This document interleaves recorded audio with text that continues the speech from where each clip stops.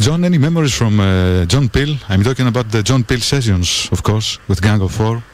Yeah, John Peel was always a great supporter of ours, and he was a great guy, and was incredibly modest, and he genuinely thought that musicians were worth something, and were valuable, and had this sort of continuous and ongoing pleasure at being among musicians. And the more varied they were, the more different the things that they did, the more pleasure he took in it. And it's not just us. I mean, friends of ours, in every band's as different as REM and the Buzzcocks, and the like, all say the same things about that. I'm sitting next to Andy Gill next to me, who say hello.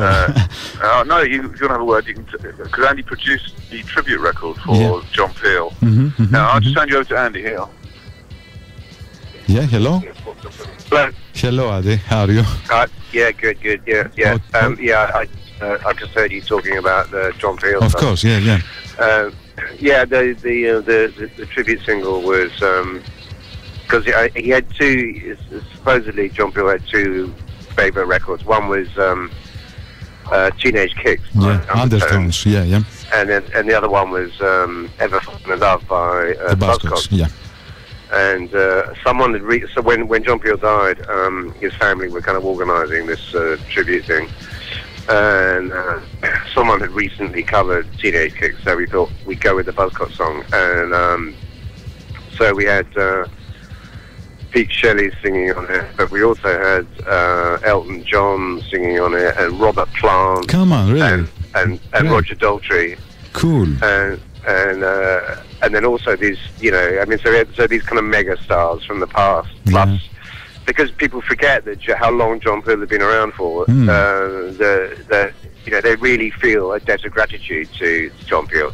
People like Elton John feel that he really helped them in their early days, and like so it was David Bowie. Yeah. So people like that, and also these kind of relatively unknown bands like the Datsuns, playing on it as well. All right, Peter. And what about John Peel? Looking back. John Peel, my God, you are going through the names today. Well, John Peel was one of those wonderful people where I suppose he was like the Simon Cowell of his day.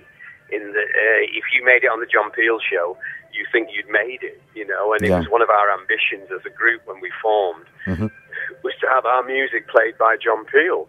And that happened, and John Peel became a great champion for Joy Division and New Order. And that was a wonderful compliment to you, because you actually respected his taste so much. So no, I mean, there's been a few occasions. John Peel was one of those great people who had a wonderful passion and a love for music, and as we said before, with the likes of Tony Wilson, those people are few and far between and need to be treasured. And it's quite odd, really, and I don't know whether it's the age I'm at, that you can't see those people have been replaced, which is sad. Great Peel sessions too with the Stranglers. Any memories from John Peel? No, I was taking too many drugs. I think I was smoking too much grass those days. I cannot remember. Sorry. Okay, signal me.